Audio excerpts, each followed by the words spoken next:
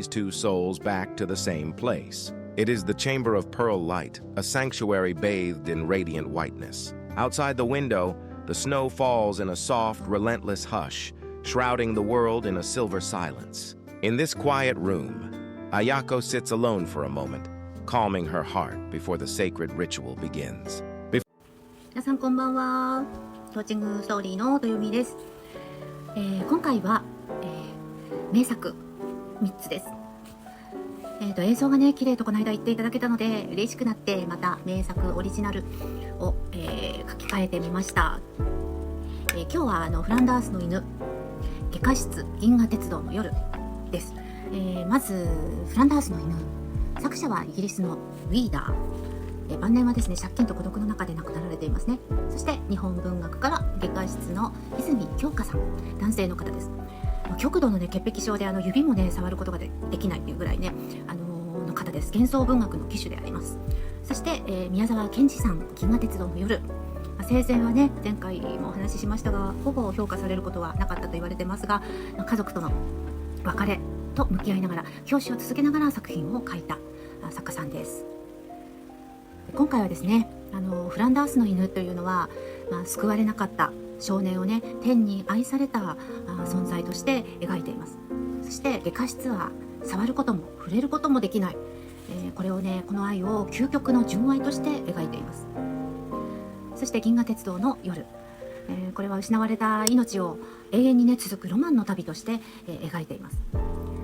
私たちは、抱えきれない悲劇を美しさという形に変えて受け取ってきたのかもしれません。作者とね作品も同じではありませんが、しかし作者は心をどう変換してきたのかということが、インクのように必ず作品ににじみ出ています。概要欄にですねまたタイムラインを載せますので、お好きなところから、また学生の方は英訳されたりしながらゆっくりとご覧いただけたらとても楽しいと思います。それではですね今回のテーマですね、素敵な愛の変換をお楽しみください。いってらっしゃい。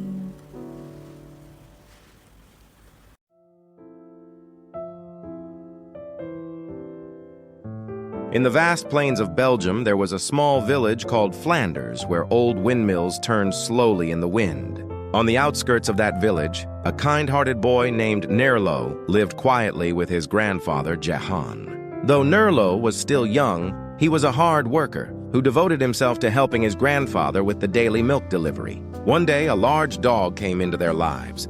His name was Petraschi. He had once been forced to work in a very harsh environment and was found collapsed by the roadside, where Jehan rescued him and brought him home. Petraschi was a truly magnificent dog. He was large and powerfully built, covered in a thick coat of golden yellow fur. His ears stood alertly, and the eyes beneath them were as calm and intelligent as a deep forest lake.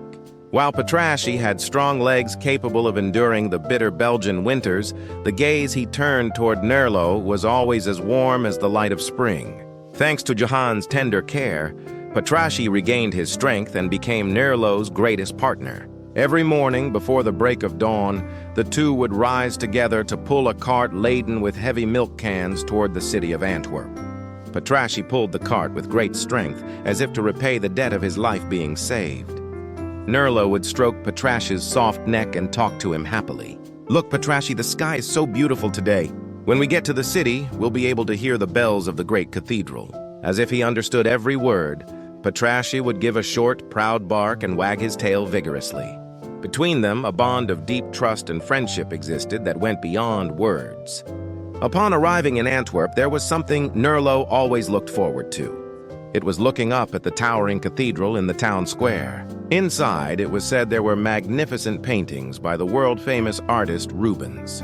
However, a silver coin was required to see them, and poor Nerlo could not afford to have the curtains drawn for him. "One day, I want to be able to paint such wonderful pictures myself, and I want to see those beautiful shining paintings behind the curtain together with you, Petraschi." Nerlo began to draw on boards or the ground using bits of charcoal and stones he found by the roadside. He drew the stalks of wheat swaying in the wind, his grandfather's gentle smile, and above all, the brave figure of his beloved Petrascha. The drawings Nerlo created seemed to possess a mysterious brilliance, as if his own pure soul dwelt within them. While Nerlo drew, Patrashi would sit quietly by his side, gazing intently at the boy's hands. To Patrashi, every line Nerlo drew might have seemed like a piece of magic. Occasionally, when the wind rippled the canal water and the poplar trees rustled, Nerlo would pause his charcoal and gaze at the distant horizon. His profile was earnest, filled with a pure reverence for art that seemed far beyond his years. Their daily life was never luxurious. Breakfast was but a single crust of hard bread and a little milk. For dinner, they were lucky if they had a bowl of cabbage soup made from the vegetables Jahan grew in his garden. Still, their tiny cottage was filled with a warmth called love. Jahan would gently tell Nerlo stories from his time as a soldier. Nerlo, living with integrity is more valuable than any jewel. People may judge you by your appearance or your money, but God always looks at your honest heart. These words took root deep within Nerlo's heart, raising him to be strong and upright. Patrashi would listen to the old man's voice as well, curling his large body near Nerlo's feet to fall into a peaceful sleep. As winter approached and cold mists settled over the plains, the bond between the two never wavered.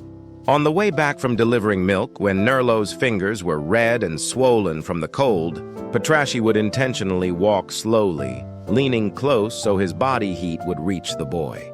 Nerlo would smile and thank him, saying, "Thank you, Patrashi. You are my greatest guardian." The villagers always smiled when they saw Nerlo and Patrashi walking together.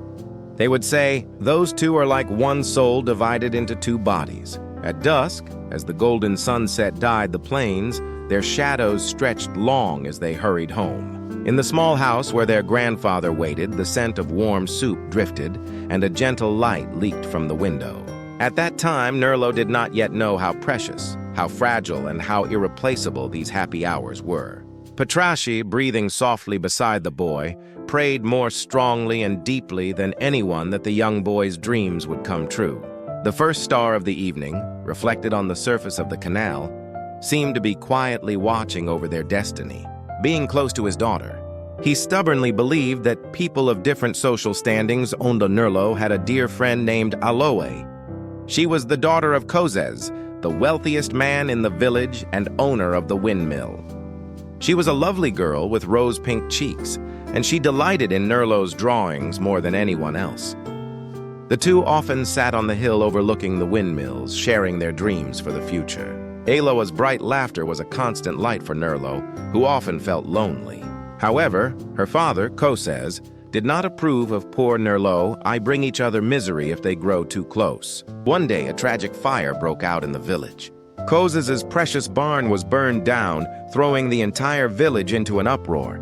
Kozes suspected Nerlo, who had happened to be passing by that night, and told the villagers, "That boy might have started the fire." Though Nerlo was completely innocent, the rumor spread like wildfire through dry winter grass. To protect their own lives and standing, the villagers chose to believe the words of the powerful Kozes. People who had greeted him with smiles until yesterday suddenly turned their eyes away and closed their gates. Nerlo endured the sorrow and continued to pull the cart with Patrash every day, but his work was taken away from him, one job after another. "Patrashi, we haven't done anything wrong, have we? But everyone has started to avoid us. It's as if the world has suddenly been covered in cold ice." Money vanished from Nerlo's thin purse. It became difficult to buy medicine for his sickly grandfather or even bread for themselves. The fire in their hearth went out, and only the hollow sound of his grandfather's coughing echoed in the house. Then, as if to strike a final blow, his beloved grandfather, Jahan, quietly passed away. It was just before Christmas. Nerlo held his grandfather's cold hand and cried throughout the night. Patrashi, sensing the death of his old master, let out a mournful howl that echoed into the night sky. After the funeral, further tragedy struck. Because he could no longer pay the rent, they were evicted from the tiny cottage filled with memories. "Goodbye, our dear home. I won't let anyone take away our happy memories." Nerlo spent his last penny on the funeral costs and stepped outside with Patrasha, having nothing but the clothes on his back. In the falling snow, they walked on with nowhere to go, blown by the freezing wind. His stomach was empty, and his feet were losing sensation in the deep snow. but a single light of hope still shone in Nerlo's eyes. "It's okay, Patrashi. I have you and you have me. Besides, my drawing of the old woodcutter will surely be chosen in the competition. Then everyone will understand that we are good people. And with the prize money, I'll buy you all the meat you can eat." Nerlo hugged Patrashi's neck with his freezing hands, encouraging himself to stay strong. Just then, Patracia found a black leather bag fallen in the snow. When they opened it, they found a surprising amount of money and a paper with the owner's name. It was the precious wealth belonging to Koses, the man who had so harshly accused Nerlo. "Patrashi, this belongs to Mr. Koses. Let's go deliver it. Even if he didn't believe in us, we must help someone in trouble. I'm sure Grandfather would tell us to do the same." Without a moment's hesitation, Nerlo headed to Koses's house. He did not go to prove his innocence, but out of a pure desire to do what was right. The blizzard grew even fiercer, but his steps were filled with resolve. Arriving at the house, Nerlo softly placed the bag in front of the entrance. Thinking he must not let his companion freeze with him, he forced Patracia inside the house. "Patrashi, stay here where it's warm and eat something good. You'll be safe here. I have somewhere I must go for a little while. Goodbye, my best and only friend. I will always love you." Nerlo held back his overflowing tears, and leaving his confused, barking friend behind the closed door, disappeared back into the blizzard. His vision was blurred white, and the cold made it painful even to breathe. But he gathered his last bit of strength and began walking toward the Antwerp Cathedral, where the competition results were to be announced. His back looked small, yet he was more noble and proud though. Inside Koses's house, preparations for Christmas were underway, and a bright fire blazed in the hearth. However, Patrashi, who should have been the honored guest, refused to touch a single drop of the warm soup or the fragrant meat offered to him. He did nothing but stare at the dark door through which Nerlo had vanished, clawing at it again and again with his paws. "Nerlo, why did you leave me behind? As long as I was with you, I was happy, no matter how cold or hungry I was. Warmth without you means nothing to me." Patrashi's mournful cries echoed throughout the house, piercing the hearts of Koses's wife and Aloa. Just then, Koses returned from his desperate search in the blizzard and found the leather bag placed at the entrance. Upon checking the contents, Koses collapsed on the spot, overwhelmed by intense regret and sorrow. "What have I done? That boy was evicted from his home and must have nothing to eat. Yet instead of hating me, he returned my entire fortune. I treated such a pure-hearted boy as a thief. Quickly, find Nerlo at once! Everyone, head to the city!" But Patrashi did not wait for those words. Seizing a fleeting moment, he darted through the open door like the wind, disappearing into the darkness of the night. Whipping his aged body and relying only on Nerlo's fading scent left in the snow, he continued to run toward the city of Antwerp.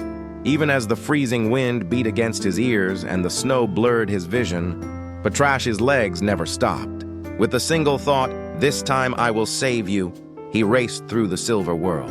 Meanwhile, Nerlo, who had finally reached the Antwerp Cathedral after an exhausting journey, was met with heartless news. The winner of the competition was another wealthy boy. The drawing of the old woodcutter, into which Nerlo had poured his very soul, was not chosen. Oh God, is there truly nothing left for me? My grandfather, my home, and even Patrash, my only friend, I have let them all go. Is this where my dream ends? Nerlo sank to his knees on the cold stone floor of the cathedral, his strength spent from hunger, cold, and despair. Just as his consciousness began to fade and the darkness threatened to swallow him, a miracle occurred.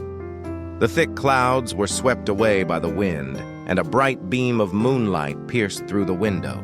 That light vividly illuminated the two great paintings on the altar. They were the masterpieces by Rubens that Nerlo had wished to see just once in his life, but could not, because of his poverty. The elevation of the cross and the descent from the cross. I can see them. At last I have seen them. How beautiful, how divine they are. Thank you, God. Finally, I have found the true beauty my grandfather spoke of. Having seen this, I need nothing else. Hot tears streamed down Nerlo's cheeks. At that moment, the heavy wooden doors of the church swung open and a large dog rushed in, gasping for breath. It was Patrashi. Upon finding Nerlo, he let out a cry of trembling joy and leapt into his beloved master's arms. Patrashi, you came for me! Even though you had a warm and safe place to stay, you followed me to this freezing city just to be with me again. Nerlo stroked Patrasha's large, snow-drenched head over and over with his numb hands, embracing him tightly. Patrashi licked Nerlo's cold cheeks repeatedly to warm them, leaning close as if to vow, "I will never leave you again, we are together forever." Around them, mysterious, sparkling particles of light began to dance, and the cold air of the cathedral was enveloped in a warmth like a spring sunbeam. "Look, Patrashi, the angels in the painting are blessing us. In that place, there is no sadness, no pain of hunger, and no loneliness. Our kind grandfather is waiting for us there atop the castle-like clouds. Let us go together to our true home." Nerlo's consciousness gradually melted into a serene, bluish-white light. Patrashi, too, felt the quiet beating of Nerlo's heart and closed his eyes proudly and happily. Their souls rose together toward the entrance of the galaxy, where silver snowflakes danced hand in hand. It was not a sad ending, but a moment of a new journey, enveloped in eternal love and peace. On the pure morning of Christmas, a serene atmosphere flowed through the Antwerp Cathedral, as if the night's storm had been nothing but a dream. Passing through the towering stained glass, the soft morning sun shone directly upon the altar. When the people pushed open the heavy wooden doors, they witnessed a sight so divine and beautiful it stirred their very souls. Directly beneath the massive paintings by Rubens, a young boy and a large dog huddled together as if warming one another. Nerlo's face was surprisingly peaceful, as though the suffering and hunger of the previous night had never existed. On his lips sat a satisfied, happy smile, the joy of being with his beloved Patrasha, and the fulfillment of finally meeting his long-dreamed-of paintings. Patrashi, too, had laid his large head within Nerlo's arms, resting in a tranquil sleep. Around them, snowflakes illuminated by the morning sun danced like diamond dust, as if angels descending from heaven were blessing the two. There was not a single shadow of despair or sorrow. The air was filled with a pure peace, as if they had simply melted into a world of light in the midst of the most joyful dream. Kozaz and the famous art professor, arriving late at the cathedral, stood frozen and speechless before this sacred sight. The professor hugged the drawing of the old woodcutter Nerlo's final work and trembled with deep regret. "Oh, what a tragedy. I recognize this child's extraordinary talent, so why did I not reach out to help him sooner? The soul of this young genius was simply too pure for this world." Kozaz also bowed his head, clutching the bag of gold Nerlo had returned the night before, repenting for his own mistakes. "Nerlo, I am so sorry.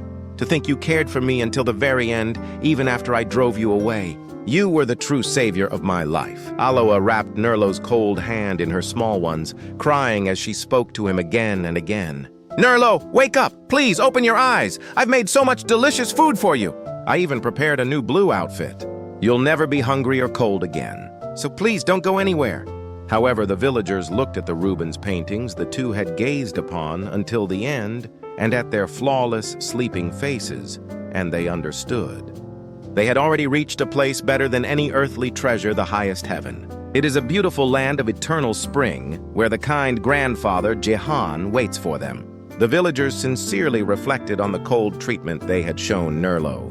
For the two of them, they built a single grave in the most beautiful, sun-drenched spot overlooking the rows of poplar trees. Upon the headstone, the figures of Nerlo and Patrasha huddling together were carved, and the entire village vowed never to forget the integrity and unconditional love they had shown. Many, many years have passed since then. Though the village of Flanders has changed, even now, when winter nights come and white snow piles up outside the windows, grandfathers sit with children on their laps by the hearth and tell this story. Listen well, children. Nerlo and Patrashi didn't simply disappear. Even now, they are happily running through golden fields somewhere in that night sky. What they taught us is that even if the whole world doubts you, believing in yourself and continuing to love someone is the most precious thing a human can do. Outside the window, snowflakes sparkle in the moonlight, dancing as they fall. Within each crystal, Nerlo's gentle smile and Patrasha's strong, wagging tail seem to be reflected. The children ask with shining eyes, "Daddy, what are those two eating right now?" "I'm sure they are with their grandfather.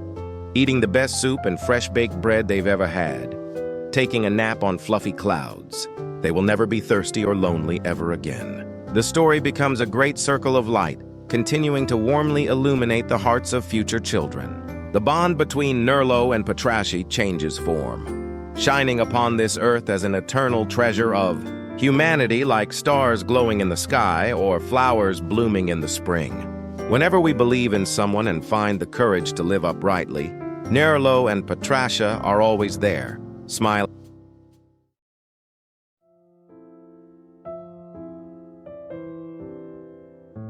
The room was not merely a physical space. It was a sanctuary of absolute and unblemished purity, as if every ounce of gentleness and every fragment of holy silence in the entire world had been gathered there to create it. The walls, the polished floor, and even the soft, ethereal streaks of light descending from the high ceiling were bathed in a refined, iridescent whiteness, reminiscent of the inner glow of precious pearls. This light emitted a faint and hauntingly beautiful radiance that seemed to breathe with the room itself. In every shadowed corner and every open space, tiny microscopic particles of light, far too delicate for the ordinary eye to perceive, danced in a perpetual slow-motion swirl, like celebratory confetti from a celestial realm, making the very air itself glitter, with a crystal clarity that felt almost divine. In the very center of this breathtakingly beautiful room, a noble lady named Ayako lay in a state of quiet repose, dressed in a flowing gown of the purest white silk that shimmered with every faint movement of the atmosphere. She looked like a princess plucked from the pages of an ancient fairy tale, fallen into a deep enchanted sleep, a long slumber of waiting for a distant spring that was yet to come. Her skin possessed the translucent, flawless pallor of freshly fallen snow in the deepest northern wilderness, untouched and serene. Her long, jet-black hair was spread out with exquisite grace over the white silk pillow, looking like a silken curtain of midnight, falling softly over a bed of clouds. Standing in a circle around Ayako were the people who cared for her most deeply, staying perfectly silent, as they offered their wordless prayers for her safety and her soul. Among them was Hakushaku, her steadfast guardian, who cherished her with a devotion that transcended all words. Hakushaku watched Ayako's every breath with a heavy heart. He noticed how her brow would occasionally furrow, as if a small cloud of distress were passing through her dreams. His eyes were filled with a well of deep, silent sorrow, and an urgent, burning desire to save her from her invisible struggle.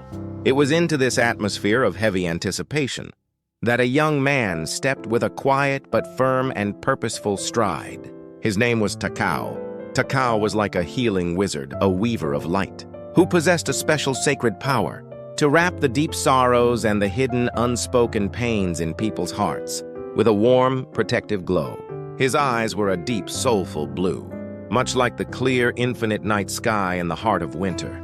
Within the depths of those blue eyes lived a strong will that would never yield to any hardship, along with a heart of the most profound and tender compassion for all living things.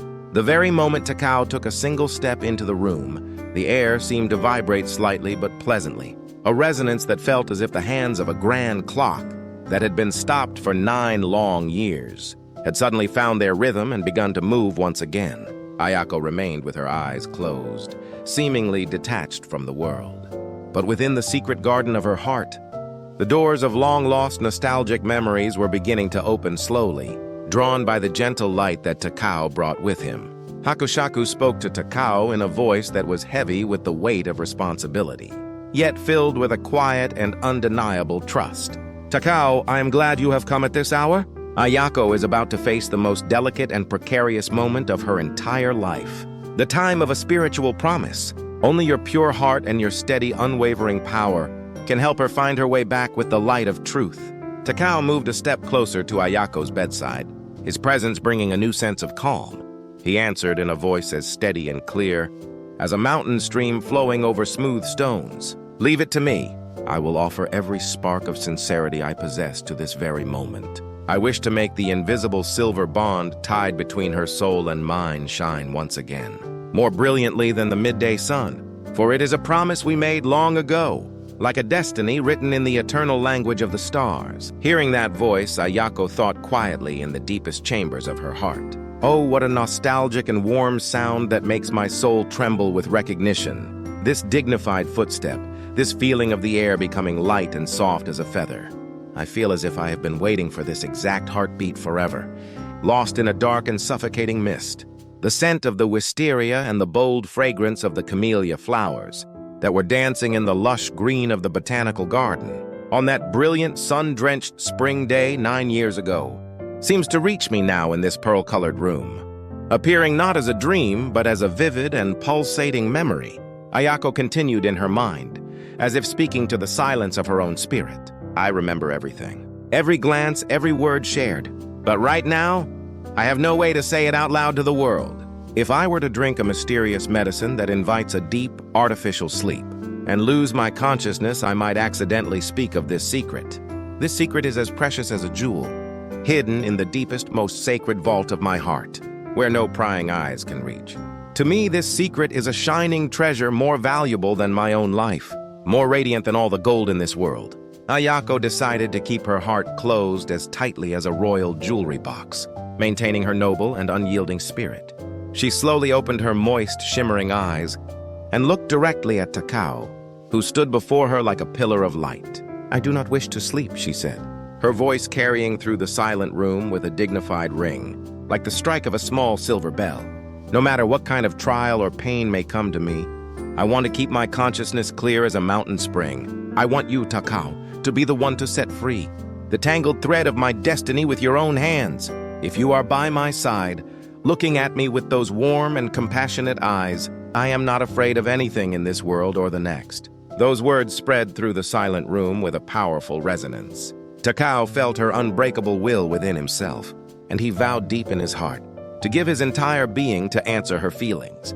Outside the large, grand window of the room, a quiet, silvery world of late winter stretched out as far as the eye could see.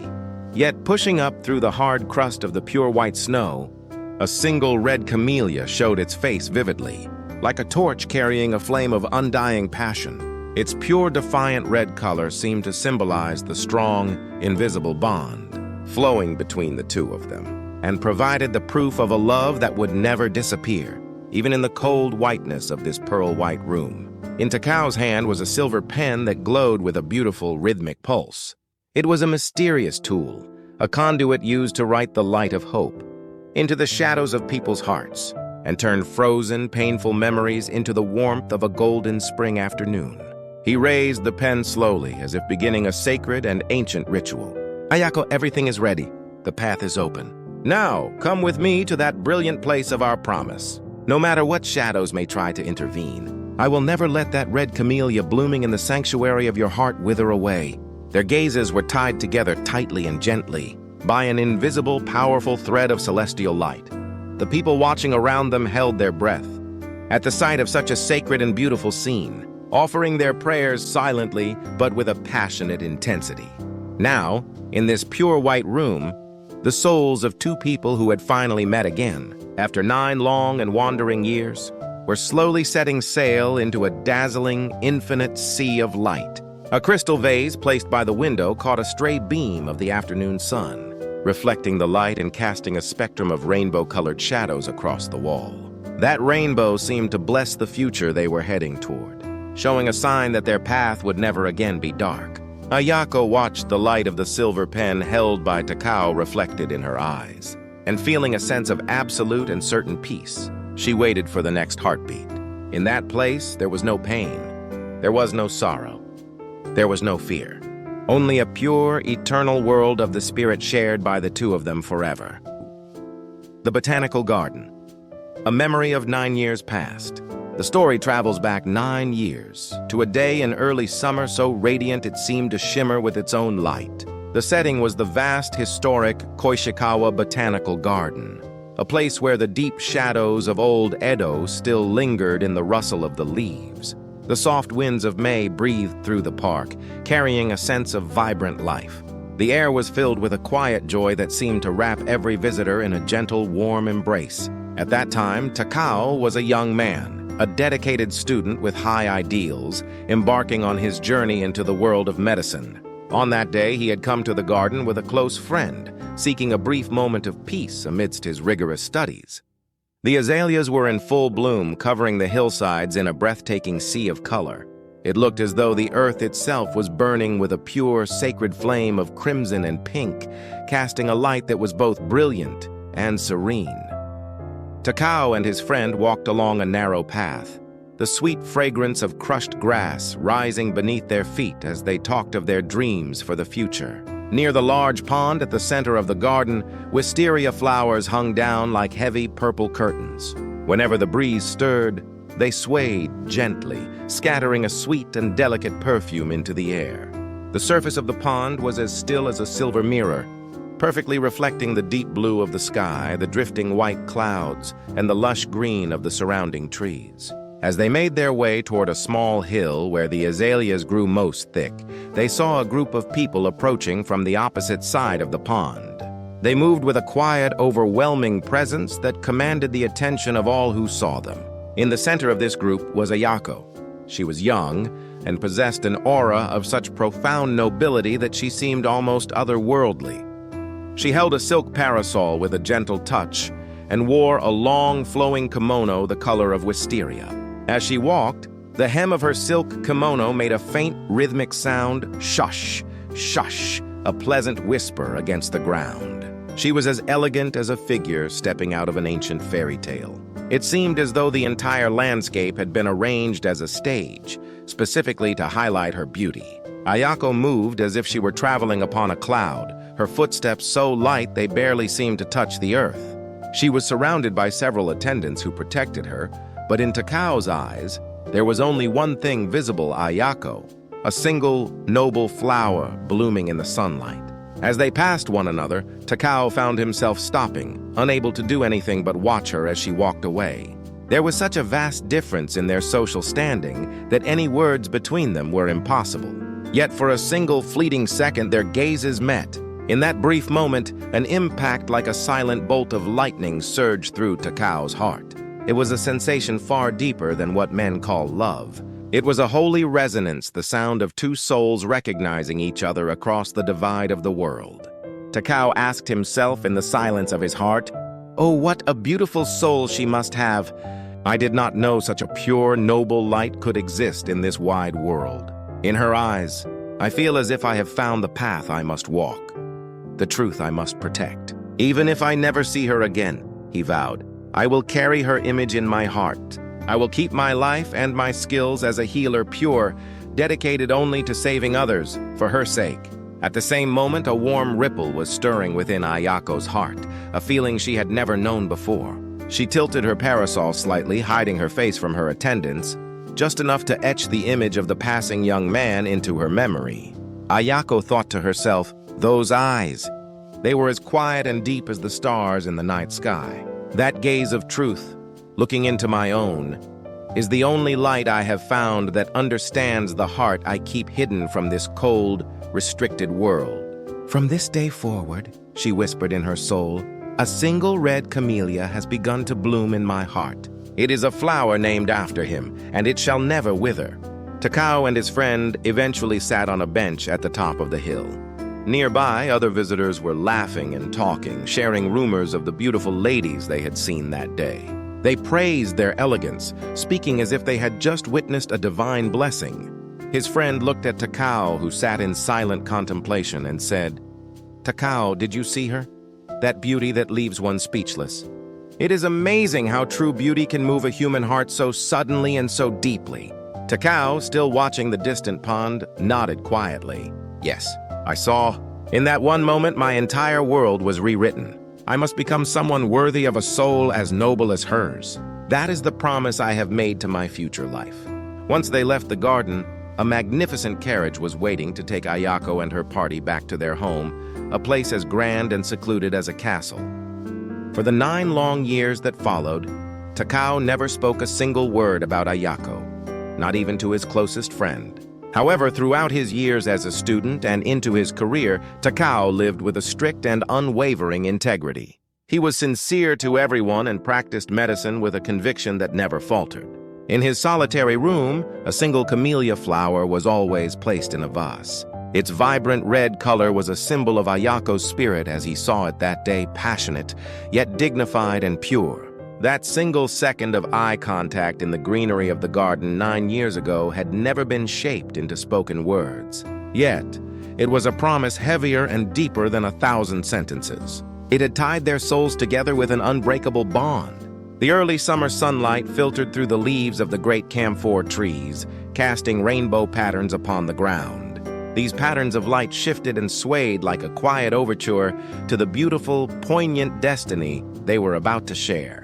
Between Takao and Ayako, a hidden bond was born, a bond so pure and so high that neither heaven nor earth, nor the strict rules of society could ever hope to break it. After 9 long, drifting years of separation, the threads of destiny have finally led these two souls back to the same place. It is the Chamber of Pearl Light, a sanctuary bathed in radiant whiteness. Outside the window, the snow falls in a soft, relentless hush, shrouding the world in a silver silence. In this quiet room, Ayako sits alone for a moment, calming her heart before the sacred ritual begins. Before her stands the very same young man she passed that day, in the green depths of the Koishikawa Botanical Garden. Takao, now a magnificent healer, stands before her once more. His eyes still hold the same profound intelligence and that all-encompassing gentleness she remembered from 9 years ago. The Count and those who care for her have been gathered around her. They earnestly plead with her to drink a mysterious medicine, a potion that would send her into a deep, dreamless sleep, allowing her to forget all discomfort and trials. "Lady Ayako, please take this medicine," they urge. "If you drink this, you will feel nothing. You can regain your strength in the peace of a gentle slumber." But Ayako declines their offer, quietly, yet with an unshakable firmness. Deep within her heart, she carries a single resolve, a vow she has shared with no one, a promise more precious to her than life itself. Ayako gazes intently at Takao, who stands faithfully by her side. Her voice, as clear and pure as the ring of a silver bell, begins to speak.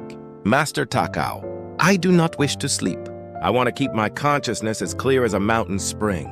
I want your warm hands and yours alone to guide my destiny. For on that day, 9 years ago, in the greenery of the garden, the very moment our eyes met, I decided in my soul to entrust my entire being to you." The people in the room widen their eyes in profound surprise. They fear that if she remains awake, her heart might tremble under the trial. But Ayako silences their worries with a dignified gaze and continues. "I'm afraid that if I fall into a deep sleep, I might accidentally speak of the precious treasure I have hidden in my heart. To me, that memory is a radiant promise, more vital than my life. Rather than risk staining that memory, I will accept any trial with a smile upon my face. Master Takao, my trust in you is my very soul itself." Takao receives Ayako's noble resolve with a deep, solemn nod. He slowly raises his silver pen, like a priest lifting a sacred staff. He looks directly back into her shimmering eyes. "Lady Ayako, I have received your noble heart. These hands of mine exist only for the purpose of saving you. The red camellia that blooms in your soul, I swear I will transform it into an eternal light. Now trust in me and open the doors of your heart." The atmosphere between them becomes dense and hallowed, so profound that words are no longer necessary. As Takao draws closer to offer his healing power, mysterious particles of invisible light rise into the air. They swirl gently around the two of them, like a blessing from the stars. Ayako dives deep, deep into the ocean of her own heart. There, the scenery of the botanical garden remains as vivid as ever. The scent of the wisteria, the burning red of the azaleas, and the truthful gaze of the young man who looked into her soul. That memory is her only staff, her only support, and the source of a strength that will never yield to any hardship. Takao, too, concentrates every fiber of his being. He seeks to protect the flickering flame of Ayako's life with his pure power. From his fingertips, a warm, golden light begins to emanate, enveloping Ayako's entire body. It is a light of profound compassion, one that does not only heal, but brings a deep, celestial peace to her soul. Outside, the snow begins to dance more fiercely in the wind.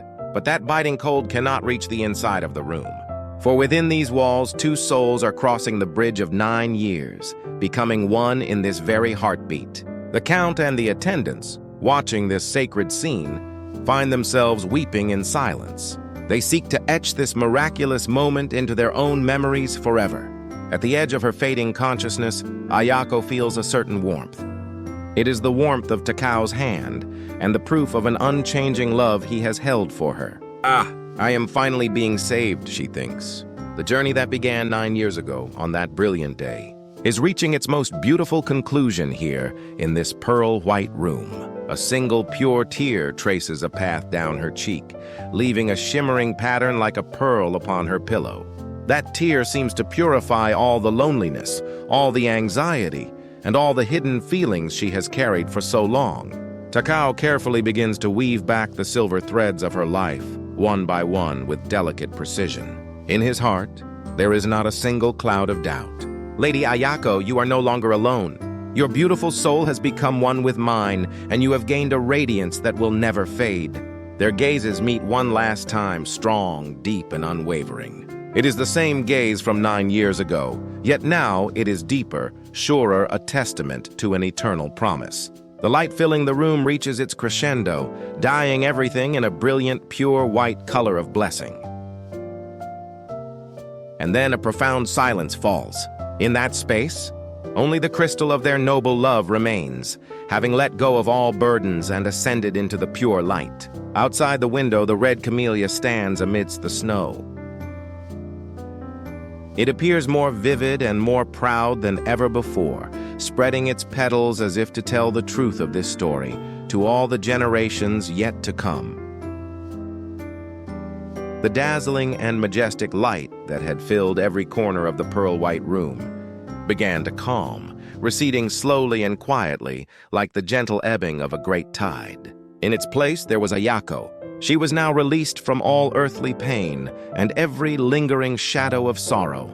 She was surrendering her entire being to a deep, serene, and peaceful rest. Her expression was as gentle as a child dozing in the soft warmth of a spring afternoon. On her lips, a pure and subtle smile lingered with a faint radiance, as if she had finally succeeded in transforming 9 long years of hidden feelings into a single magnificent and beautiful beam of light. Takao slowly and reverently lowered his silver pen, his sacred task complete. He took Ayako's slender porcelain white hand into his own. He held it as gently as if he were touching the most precious treasure in existence. In his eyes, there were no tears of darkness or despair. Instead, there was a proud and steady light, the light of a true healer and the light of a man who had protected a noble soul with unwavering faith until the very end. Hakushaku and the others present in the room stood frozen in time. They were lost for words in the overwhelming presence of such a sacred atmosphere. What they witnessed was not a simple or ordinary scene of parting. It was the most beautiful completion of love ever known in this world. A profound moment where 2 souls melted into one, to finalize an immortal bond that transcends the boundaries of life and death. Within the softly fading radiance, Ayako felt her own soul becoming light and airy. The rigid social rules that had bound her like chains, and the silent suffering she could never put into words, no longer existed. Her heart became the very same refreshing breeze that had blown through the lush greenery of the botanical garden 9 years ago, rising higher and higher, soaring freely into the vast and infinite emerald sky. In the hallowed silence of her heart, Arya spoke quietly to Takao. "Thank you, Master Takao. I am filled with such happiness now. From that fleeting moment our eyes first met, 9 years ago, my entire life has existed for you and for this very day. Even without the need for words, you understood everything about my soul. Blessed with that true and absolute love, I have no regrets left in this world."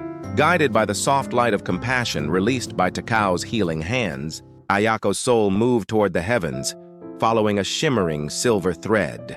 It was a world of invisible but certain peace, a realm where pearl-colored clouds drifted like dreams and stars sang ancient songs. There, she laid down every heavy burden that had once caused her pain, and she transformed into the form of pure, eternal light itself. Takao also celebrated her departure within the deepest sanctuary of his heart. "Lady Ayako, your beautiful soul has now gained its eternal freedom. Your courageous and noble decision has taught me the true meaning of healing, even if I can no longer see your physical form. I know that you are somewhere in this vast world, watching over me as a gentle breeze and as a flicker of guiding light. Our promise will never fade, as long as the stars continue their eternal turn. Outside the grand window, the snow had stopped falling without anyone noticing. Through a sudden break in the thick and heavy winter clouds, the soft golden light of the evening sun shone through with brilliance. It made the vast and silent snowy fields sparkle like millions of diamonds. In that golden glow, a single red camellia bloomed with quiet dignity. It stood firm as if symbolizing the indestructible nature of Ayako's spirit. A single drop of melted snow slid slowly from its velvet petals and fell quietly to the cold ground below. It was like a final, silent farewell greeting from Ayako to the world. A gentle touch upon the earth she was now leaving behind. Hakushaku walked quietly to Takao's side and bowed his head in deep respect. "Master Takao, I thank you from the bottom of my soul. She has finally been able to return to her true and untainted self. In all these years, I have never seen her face look so bright and so clear. What you gave her was not just health or medicine. It was the ultimate salvation of her spirit." Takao nodded in a slow, silent gesture of understanding. He slowly let go of the hand he had been holding so carefully. However, within his own heart, her warmth continued to burn like a holy flame, a flame that would never go out, even in the coldest winter wind. The small spark born in the green of the botanical garden 9 years ago had now grown into a great infinite sea of light that no one could extinguish. It became a lighthouse of hope for all of humanity, shining brightly upon the difficult and shadowed reality of the world. Ayako, that noble and rare flower, had finished her role upon this earth. She was now replanted in a heavenly garden, far beyond the reach of time. However, the strength of her belief in another, and the true love that asks for nothing in return, will be told through this story in the hearts of people for all eternity. Takao took his silver pen once more, holding it with renewed purpose. He looked up at the vast, infinite sky stretching beyond the window. "Lady Ayako, please watch over me from your place of light. I will continue to walk this path with your noble soul by my side. I will bring that warm light you gave me to all those sinking in sorrow, for that is the eternal covenant, the sacred bond between you and me." As the evening darkness gently and gracefully descended over the world, the very first star appeared in the deepening blue of the sky. That star twinkled strongly and kindly with a familiar radiance, as if Ayako were smiling down at Takao from the high heavens. Their love became complete for the first time by shedding the vessel of the body. It was a victory of the soul, a triumph over the temporary world, won by a noble spirit that did not fear the end of its journey. The silence that filled the pearl-white room now became a magnificent.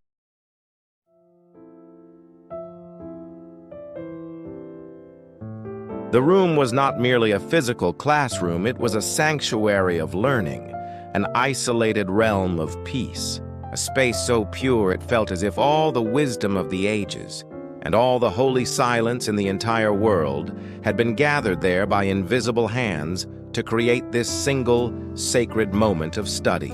The walls, the polished floor, and even the soft, ethereal streaks of afternoon light, falling gracefully from the large windows, were bathed in a refined whiteness. It was a hue reminiscent of the rarest precious pearls, emitting a faint and beautiful glow that seemed to vibrate with the quiet breathing of the room itself. In every shadowed corner and every open space, tiny particles of light, far too delicate for the ordinary eye to perceive, danced in a perpetual, slow-motion swirl. They were like celebratory confetti from a celestial realm, making the very air itself glitter with a crystal clarity. It felt as if the entire atmosphere was composed of shimmering diamonds, suspended in a sea of glass. In the very center of this beautiful room, a young boy named Giovanni sat quietly at his desk. He possessed soulful eyes as clear and deep as the stars in the night sky. Yet within those eyes he seemed to carry a slight touch of weariness, a shadow of exhaustion. It was a heavy burden born from the busy and difficult tasks of his daily life, a life where child's play was replaced by labor. Before him, on the blackboard, hung a large, deep navy blue constellation map that looked like a fragment of the night itself. On it, the Milky Way was drawn as a faint, misty white band. It looked as if the spray from a great celestial river had frozen in mid-air, creating a bridge of frozen light across the infinite darkness. The teacher asked the class in a gentle, melodic voice that seemed to echo with kindness. Now, everyone, look closely at this map. Do you know what this blurred white thing stretching across the sky actually is? Giovanni's best friend, Campanella, raised his hand energetically, his eyes bright with knowledge. Giovanni also knew the answer for certain. He had read it in a beautiful glossy magazine at Campanella's house, where the two of them had put their heads together, gazing at the photographs of the infinite universe. He remembered those stars vividly, looking like brilliant diamonds scattered across jet-black pages. Giovanni, I believe you know the answer, the teacher said, looking at him with an encouraging smile. Giovanni stood up quickly, his heart racing like a trapped bird. However, once he was on his feet, his heart became too full of emotion. The words he knew so well became tangled in his throat, and he found he could not put the sentences together. He stood there in a painful, ringing silence. He heard Zanelli, sitting in the front row, turn around with a smirk. Zanelli let out a small, snickering laugh, a cold sound in the quiet room. Giovanni remained standing there in silence, his face turning a bright, burning red as he looked down at his wooden desk. The teacher seemed troubled for a fleeting moment, but then he gently called on Campanella. However, Campanella, who had been so eager to raise his hand only moments before, now remained standing in a profound and dignified silence. He looked down at the floor, refusing to speak. The teacher looked at Campanella with great surprise, but seeing the boy's quiet and stubborn resolve, he quickly began to explain the answer himself to save them both.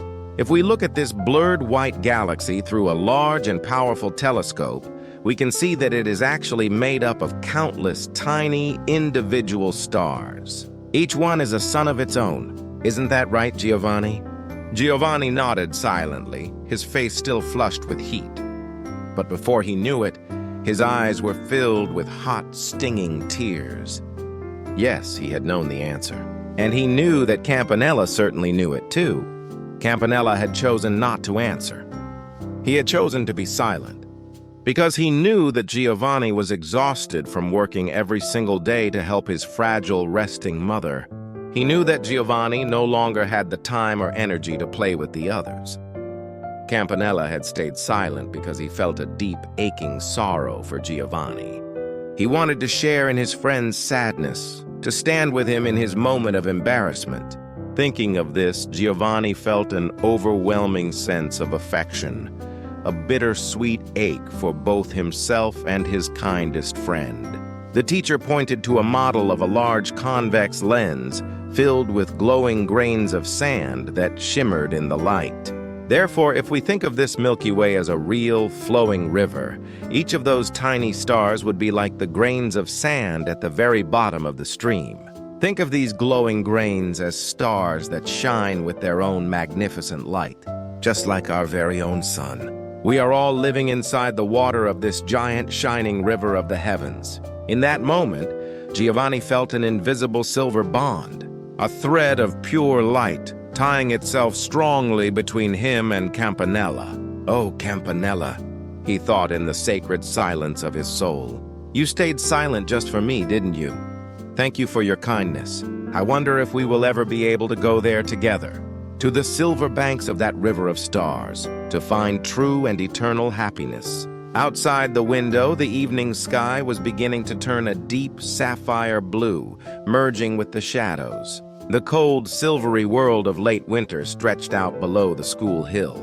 Small lights and colorful decorations were hanging from the branches of the trees for the festival tonight. The air itself seemed to tremble with the quiet anticipation of joy.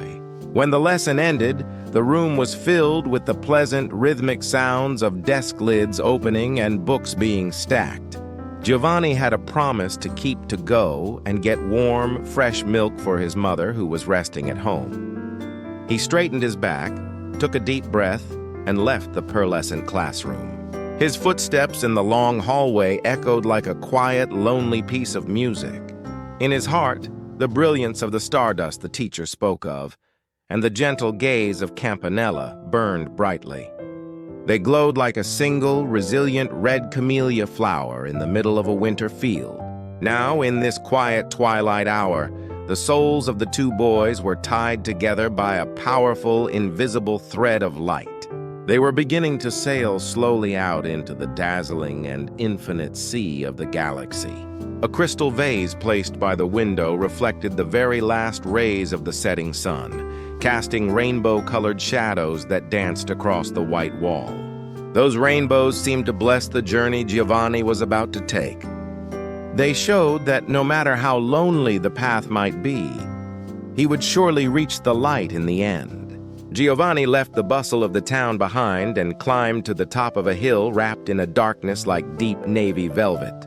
It was a special place where the cool night wind passed through and the stars seemed closer than anywhere else.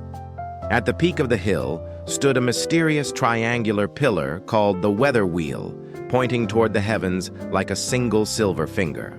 Giovanni threw himself down onto the grass, which was wet with the cool evening dew. Looking up, he saw the dazzling river of the galaxy stretching across the night sky from south to north.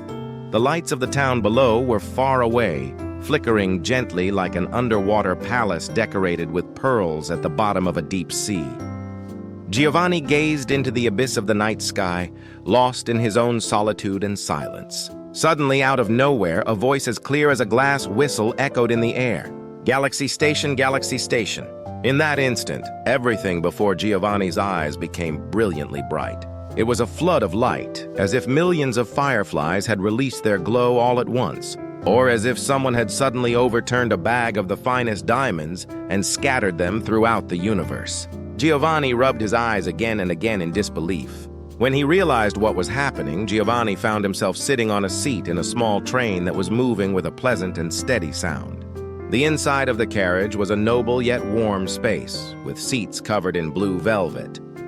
Brass buttons glowed faintly like streetlights, and a beautiful landscape he had never seen before was flowing past the window. In the seat directly in front of him sat a tall boy wearing a coat as black as if it were wet. When he pulled his head back inside the window and looked toward Giovanni, the boy's heart grew warm with surprise and joy. "Campanella, you are here too. Have you been on this train for a long time?" Campanella's face had become a translucent white, but he wore his usual gentle and slightly bittersweet smile as he answered. "Yes, everyone ran very hard, but I was just a little late. Zanelli ran as hard as he could too, but he could not catch up to this train." Campanella spread out a beautiful map that was shaped like a round plate. It glowed darkly, as if it were made of obsidian, and on it, stations and forests were scattered like particles of light in the blue of sapphire, the orange of topaz, and the green of emerald. "I received this map at the Galaxy Station. Did you not get one?" The train carrying the two boys moved on and on through fields of silver pampas grass that swayed gently in the wind. Outside the window, they could see the river of the galaxy with water clearer than crystal. The water was more transparent than hydrogen, sometimes making small purple waves or glittering like a rainbow as it flowed silently and powerfully along. Along the riverbank, purple gentian flowers, looking as if they were carved from moonstone, bloomed beautifully like falling rain or a rising spring. "Should I jump off and pick those flowers and then show you how I can jump back on?" Giovanni asked with his heart dancing. But Campanella shook his head sadly. "It is no use now. They have already gone so far behind us." As the train moved along, a mysterious traveler called the birdcatcher appeared outside the window. He wore a slightly old brown coat, but his eyes were filled with compassion. He carefully wrapped up white herons, which he said were made from the frozen sand of the Milky Way, as if they were precious sweets. When Giovanni took a bite of one of these birds of the stars, it tasted sweeter than chocolate and had a pure flavor that seemed to wash his soul. "Look, we will soon be at the Albareo Observatory," the birdcatcher said. Outside the window where he pointed, two giant jewels of sapphire and topaz were quietly circling each other. At the moment their lights overlapped, the inside of the carriage was filled with a visionary emerald glow, coloring the faces of the two boys with a sacred light. Giovanni felt strongly that he was now released from the gravity of reality and was traveling through the pure realm of the soul. Here, every sorrow and pain was being transformed into starlight. Giovanni cherished the miracle of having Campanella by his side as he watched the white rocky shores of the Pliocene coast outside the window. There, scholars were carefully uncovering memories from the ancient past, as if they were performing a celebratory ritual. A courage he had never felt before rose in Giovanni's heart, and he was able to believe that true happiness awaited at the end of this journey of light. The galaxy train, carrying the souls of the two boys, pushed through the waves of silver grass and moved forward with steady steps toward a deeper abyss of light. The train moved further into the deep reaches of the galaxy. The scenery flowing past the window was now so clear it felt like something from another world, and the whispers of the stars echoed inside the carriage like soothing music. At that moment, a young teacher and two small children quietly joined them in their seats. They said they had encountered a magnificent mountain of ice in the far northern sea, and were guided onto this train by the power of a sacred light. The young teacher was a brave guide who had given his all for the sake of the children. We were summoned by a divine light and chosen for this beautiful journey. There is nothing to fear anymore, the teacher said. His words were as gentle as a spring breeze, yet they resonated powerfully throughout the carriage. Giovanni and Campanella shared a beautiful star apple with the family, colored in gold and deep red.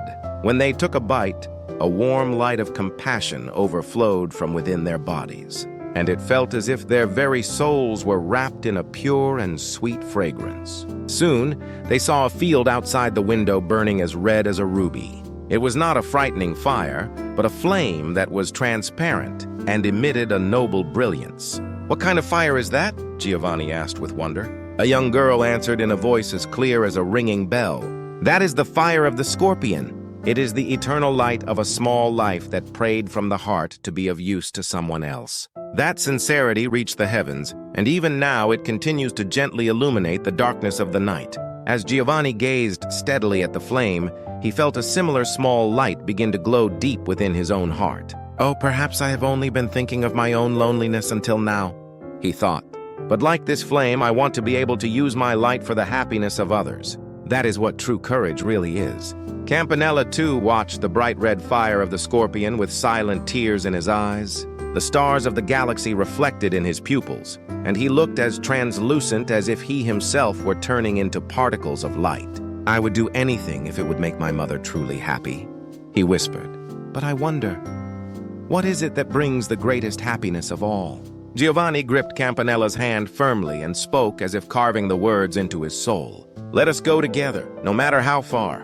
No matter what true happiness is, let us find it together. Even if my heart must be polished 100 times, I do not mind. If it is for the happiness of everyone, I would gladly become a single streetlight to illuminate the dark night." Their gazes were tied together by a powerful, invisible thread of light. The teacher and the children watching them held their breath at the sacred site and offered a silent prayer of joy. Eventually, the train arrived at the station of the Southern Cross. It was a place where a giant crucifix, decorated with every kind of light, rose from the river of the galaxy, emitting a pale blue aura. One by one, the passengers were guided by a figure in glowing white clothes toward a sacred sea of light. "Goodbye, Giovanni." "Goodbye, Campanella," the girl said, waving from the window. Giovanni felt the ache of parting, but at the same time, he felt certain that the place they were going was a land of true happiness, filled with eternal peace and free from any pain or sorrow. Once again, only the two best friends remained in the carriage. In the silence, the murmur of the Galactic river echoed like a song of blessing. Giovanni watched the profile of Campanella, wishing from his heart that this journey would last forever, and that their bond would reach the very ends of the universe. However, in the path of the train, a deep abyss of the universe was waiting to test the truth of their souls. The two of them were now confirming each other's existence on a level beyond words. Outside the window, the fire of the scorpion continued to burn red and proud, watching over the future of the two boys with a gentle light. The train passed by the coal sack, the deepest part of the galaxy, which looked like the very silence of the universe taken shape. It was like a mysterious hole opened in the deep, deep navy sky, so profound that no matter how hard one stared, the bottom could not be seen. For a moment, Giovanni felt as if he might be drawn into that abyss, but the touch of Campanella's warm hand sitting beside him gently held him to this world. From that palm, the many memories they had shared on this journey seemed to travel to him as a quiet, steady pulse. "I am not afraid of such a great darkness anymore," Giovanni said, "because I am going with you to find the true happiness of everyone. Campanella, let us go together, no matter how far." Giovanni made this vow with strength, looking toward the future. It was at that very moment. "Oh, Giovanni, look over there. My mother is in that beautiful field. My mother is waiting for me and smiling in the land of true happiness." Campanella pointed beyond a distant silver-shining hill, wearing a transparent smile so beautiful it seemed to belong to another world. In his eyes dwelt a dazzling brilliance, as if all the light in the galaxy had gathered there. That gaze was the radiance of a free and noble soul, no longer bound by the gravity of the earth. As Giovanni tried to see where the finger was pointing, Campanella's form began to flicker like the light of a firefly, turning into faint pearlescent particles of light. "Campanella, do not go. We promised we would stay together forever." Giovanni reached out desperately, but his fingertips only passed through a warm melody of light. Like a single drop of water melting into the surface of the Galactic River, Campanella ascended into the light, gracefully and proudly. His soul returned to the brightest star in the night sky, becoming a presence that would watch over the earth with eternal compassion. "Campanella!" Giovanni's cry was swallowed by the whispers of the stars, and his vision was wrapped in a brilliant white light of blessing. That light was the radiance of a great life, gently embracing sorrow and teaching that all beings are connected as one. When he realized what had happened, Giovanni was lying in the grass on his original hill. There were traces of cold tears on his cheeks, but deep in his chest, a certain warmth remained, like the star apple they had shared on the train. Was it a dream? No, that was a promise of the soul. "Campanella, you live on inside my heart as an eternal light. The courage you taught me is now flowing through my veins." Giovanni sprang up like a coiled spring. Below the hill, the lights of the town were woven together, just as they had been before, but each of those lights now sparkled as proof of precious lives living with all their might. Thinking of his mother resting at home, Giovanni held his precious bottle of milk and ran down toward the town. By the riverside, people were gathered, looking up at the night sky. Giovanni learned that to save a boy named Zanelli, Campanella had acted with great courage and had been guided by the mysterious river of the galaxy to the land of true happiness. It was not a tragedy, but the moment a young boy completed an eternal bond through his pure spirit. Then Campanella's father, the professor, walked up quietly. He looked at Giovanni with eyes filled with deep intelligence and spoke in a calm voice. "Good evening, Giovanni. Your father has already returned. There was a message the day before yesterday saying he was in good health. The ship was a little late, but he should be arriving just about today. Please come to my house to play with everyone tomorrow." At the moment he heard those words, a true dawn arrived in Giovanni's heart. The earthly joy of his father's return and the heavenly wisdom of the immortality of the soul, taught by Campanella, became a single great song of hope within him. Giovanni held the still warm bottle of milk close to his chest and ran toward his home at full speed. In his eyes, the galaxy shining in the night sky no longer looked like a cold collection of stars. It was a street lamp of compassion kept burning by Campanella, the fire of the scorpion, and many noble souls to gently embrace the world. "Campanella, I will not hesitate anymore.